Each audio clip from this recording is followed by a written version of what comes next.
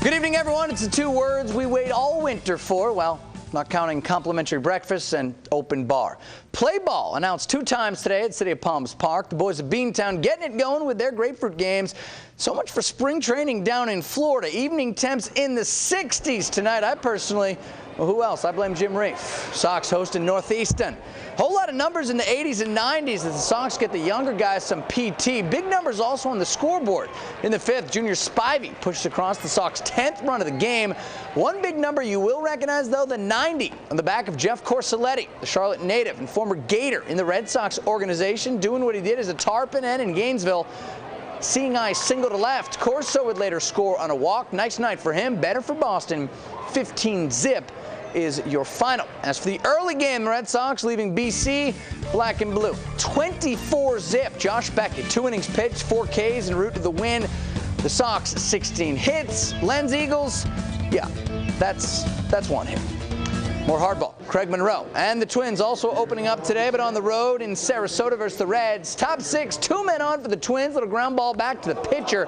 Off the glove. Thinks about going over to first. Bobbles it a little bit. That allows a run to score, but then the Twins, they get greedy. Second runner pegged at the dish. Minnesota never gets close to scoring again. Reds get 3 in the 5th, 3 in the 8th. They win at 6-1. Twins now 0-1 on the spring. And so with 1 day down and 3 grapefruit games in the book, it's time to talk about our 2 towns teams, a.k.a.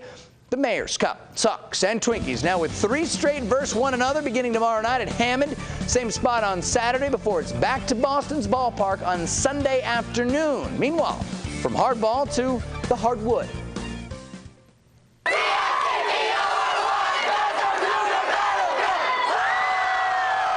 Much rejoicing out at Barron Collier this afternoon. The Cougar Den hosting its 2nd state title rally in 3 years. A week ago tomorrow, BC brings home the Class 5A Sunshine State Championship, whipping up on Winter Haven in the title tilt.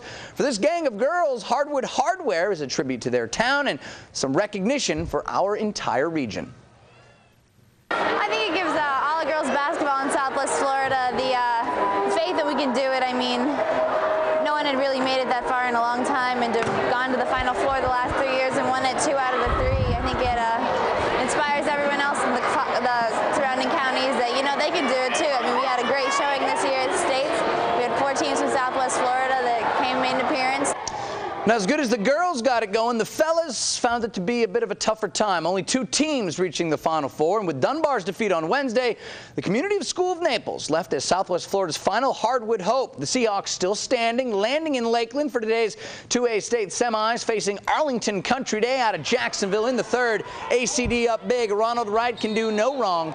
Buries the J. The Apaches up 13. In the 4th, though, Seahawks rising off the steal. Ahead to Kyle Peterson. He's good from 3. And the Hawks would keep it coming, especially from long distance. They find their man, Joey Fleming. Again, a triple. The lead down to 5. However, that's as close as Community School would get. They never scored again. 51-41, the final. The Seahawks with their feathers ruffled today in the state semis. When, you know, we got down 14, 15, you know, they were just always cheering. And they came up here. They left at like 6:30 in the morning from our school. So, you know, you kind of play for them, and you appreciate, you know, they're caring for you. And you just say, you know what, we're not going to disappoint these guys. Let's give them our best basketball. And from high school hoops to the college court, a double dip over at Alico Arena. The FGCU men and women each in action, both jousting with Jacksonville. Could we have X and Y chromosomes both pick up a W? Our Twin Eagle extravaganza begins with the ladies on the heels of ASUN Conference leader East Tennessee State. Second half, Eagles up and adding on Chelsea Dermeyer, left-handed lay-in. FGCU up 17. Later, Shannon Murphy, baseline, window. Eagles up 23. They win it comfortably, 75-59. FGCU women now within a game of first in the ASUN. So 2 birds of a feather indeed flock together. The men trying to follow the females. First half, Rob Quaintance up ahead to Yavni Neptune, out of this world. Splits the D. Eagles down 1. Later, Delvin Franklin on the break. And as the saying goes, one thing he could do was finger roll. FGCU takes the lead. Jacksonville, though, rallies late.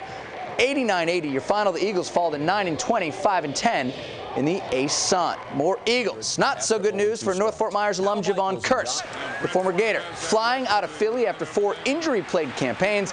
The league's Rookie of the Year coming out of Gainesville in '99. The Red Knight once signed a $66 million deal that at the time had him as the highest-paid defensive end in NFL history.